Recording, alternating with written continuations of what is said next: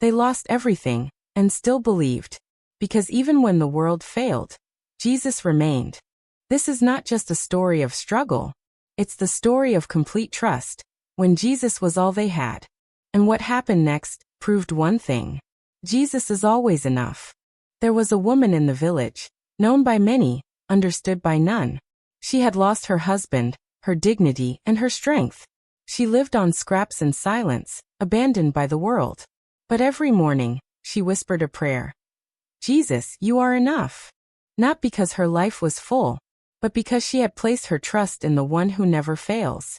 In the town nearby, rumors spread of a healer, a teacher who spoke with unmatched authority. Some called him a prophet, others dared not speak his name. But to her he was hope, the kind that didn't fade with time. She had never seen him, but she believed he knew her. And in that belief, she found strength to survive. One day, everything she had, her home, her bread, her coin was gone. No one offered help. No one even looked her way. And yet, she fell to her knees and cried, "If I have you, I still have enough."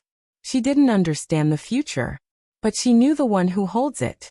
That evening, as the sky turned gold and the earth grew quiet, she walked out to the hillside alone.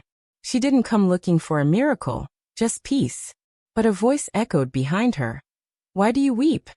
She turned, and there he stood, the teacher, the healer. And though she didn't recognize his face, his presence calmed her soul. He spoke not with judgment, but with mercy. Not with questions, but with answers only her heart could hear. "You have not been forgotten," he said. "Your trust has not been in vain." She fell to the ground, not out of fear, but worship. Because in that moment, she knew Jesus was enough. He didn't give her riches. He didn't rebuild her home. But he gave her peace that nothing could take away. She rose from that hillside with no gold in her hands, but with faith that made her wealthier than kings. Because true riches aren't seen, they're carried within. And Jesus had given her more than she ever asked for. Days passed. The village still looked the same, but something in her had changed forever. Her smile returned. Her prayers grew deeper. She gave thanks not for what she had, but for who she had. And each day, her heart whispered again, "Jesus, you are enough." Nearby, a man named Elias watched her from a distance. He had once been rich, powerful, respected. But now, disease had taken his health, and betrayal had taken his wealth. He couldn't understand how she had peace while he had nothing but bitterness. How can she still believe? He wondered. And in his heart, a question stirred. What if Jesus really is enough? Elias remembered the stories of blind men who saw, of lepers cleansed, of sinners forgiven. But they were stories, until he saw the woman's joy. She had what he couldn't buy, unshakable peace. So he left his pride behind and went searching, not for treasure, but for truth.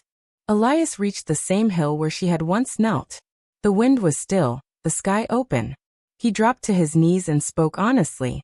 "I don't know you, but I want to." And in that silence, a peace began to grow.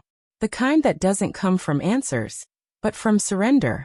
That night, Elias returned home with no miracle in his hands. His pain remained, but so did a strange hope. He no longer feared tomorrow, because for the first time, he had tasted peace. And deep inside he whispered what she once had. "Jesus, if I have you, I have enough." People noticed the change. Not wealth, not healing, but something deeper. A strength in weakness. A calm in suffering. Elias became a man who listened, prayed, and gave thanks. Not for what he received, but for who had found him. The woman and Elias began to meet under the same olive tree. They didn't talk about what they lost. They shared what they found. Two lives, once broken, now made whole by trust. Not in circumstances, but in the one who never changes. The world around them still had problems. Injustice still lingered. Pain still visited.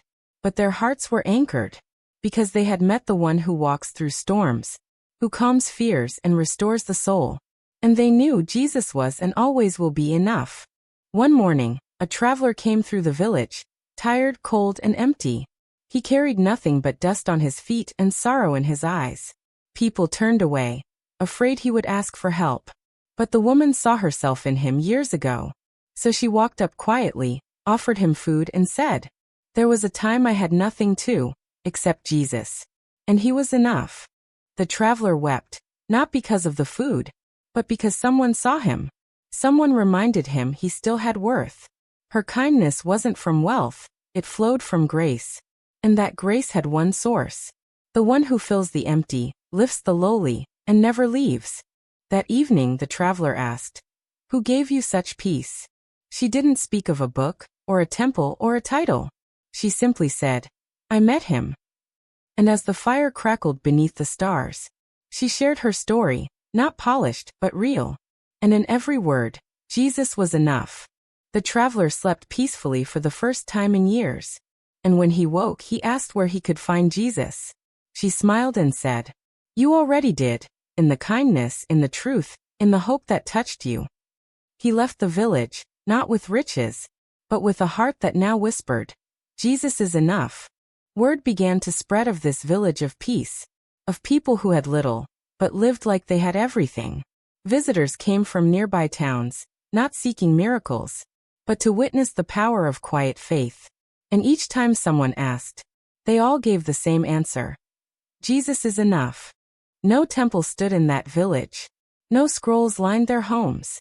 But love overflowed from every doorstep. Forgiveness was spoken freely, and kindness flowed without pride. They didn't wait for blessings. They became blessings. And every heart beat with one truth, that Jesus alone could satisfy the soul. Years passed. Seasons changed. Some grew old, some moved on. But the story never died. Because stories built on truth never fade. They live in the hands that serve, in the prayers whispered by the hurting. They echo in every soul that trusts without seeing. Because those who truly know him, know this, Jesus is always enough. In a distant city, a young man heard whispers of this strange village. He had grown up with wealth, education, and power, yet felt deeply empty. No sermon had touched him, no riches had healed his loneliness. But he heard stories of people who lacked everything, and still smiled with joy unexplainable. He decided to go, not for answers, but for something real. When he arrived, he was shocked by what he saw. No stone gates, no religious banners, no shouts of glory, just children laughing, elders singing, and strangers being welcomed. He asked, "What kind of faith is this?" And the answer came not from a preacher, but from the peace in their eyes. He met Elias, now older but stronger in spirit than ever. Elias listened, not to judge, but to understand. The young man spoke of confusion, of fear, of searching. And Elias smiled and said, "I once had everything and felt lost. Now I have only Jesus, and I've never felt more found." The young man wept quietly, not because he heard a sermon, but because he saw a life fully surrendered, and fully content. He whispered, "I want that kind of peace." And Elias replied, "You can have it, when Jesus becomes enough for you too." That was the beginning of his journey, not the end. That night, the young man walked alone into the hills. He didn't bring questions, just an open heart. There, beneath a sky full of stars, he finally prayed, "Jesus, I've searched everywhere. If you are real, be enough for me." And in that silence, his heart was finally still. He stayed in the village for weeks, not to study doctrine, but to live among those who trusted. He watched how they loved without condition, how they prayed with expectation, how they gave, even when they had little. And slowly he began to change from the inside out. When he finally returned home, people saw someone new, not in appearance, but in presence. He no longer chased applause or feared silence. He had tasted something eternal. And in his heart, a truth had taken root.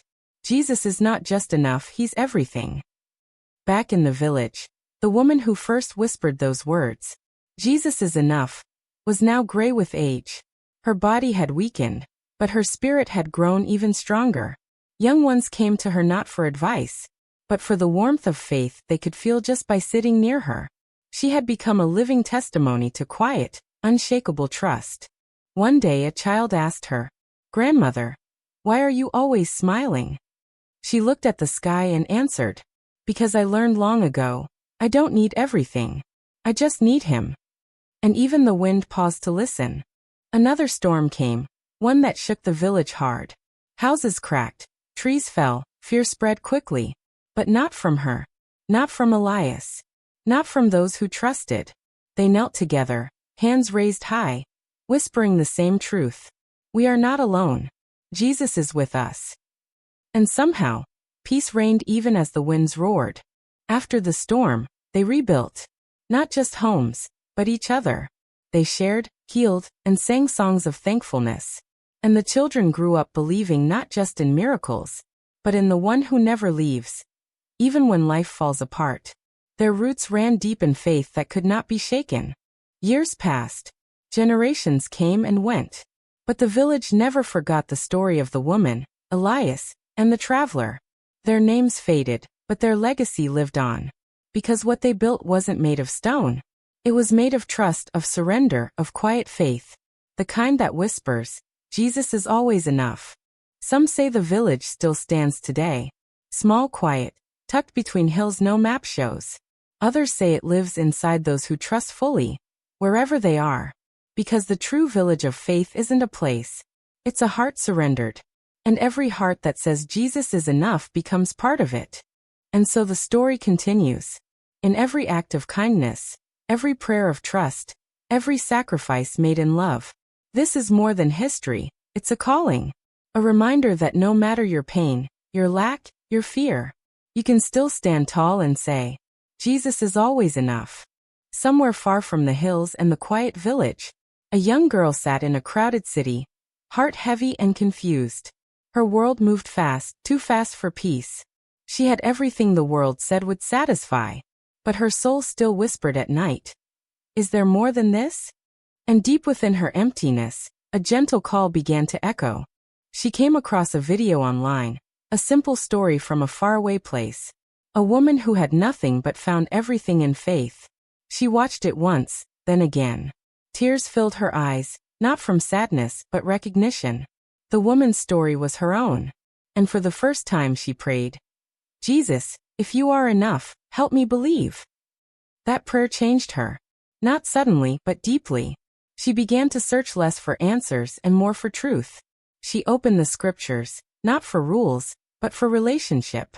And each verse whispered back, you were never alone. You were always loved. She gave away what didn't matter. She stopped chasing what didn't fill.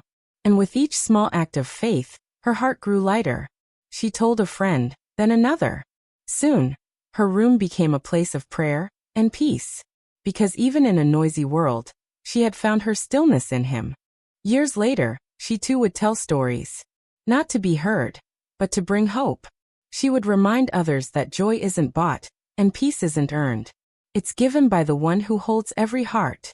And like the woman from the village, she now lived this truth. Jesus is always enough. This is the story that never ends. It passes from village to city, generation to generation. It moves through pain, through healing, through worship. Because it's not just a tale, it's a testimony. And it belongs to anyone who dares to trust. Even when all they have left is Him. You don't need to have it all figured out. You don't need to have it all together. You only need one thing. Faith in the one who will never walk away. And when everything else fades, one truth will remain. Jesus is and will always be enough. There's a moment in every heart when the noise fades, the lights dim, and the questions rise. Am I enough? Will I make it? What if I lose everything? But in that sacred silence, another voice speaks. Not loud, not forced, just steady. And it says, I am with you, and I am enough for you. It's not the story of fame or power. It's not the path of riches or recognition. It's the quiet road of daily surrender, of walking when you don't see the end, of choosing trust over fear, worship over worry. And in every small act of obedience, He shows you again He's enough. When your strength runs out, He gives you His. When your plans break down, He unfolds a better way. And when your heart whispers, I can't, He replies with grace, but I can and I live in you. Look back and remember the moments you thought you wouldn't make it. Yet here you are. Not because you were strong, but because someone held you. He was there in the storm, in the silence, in the struggle.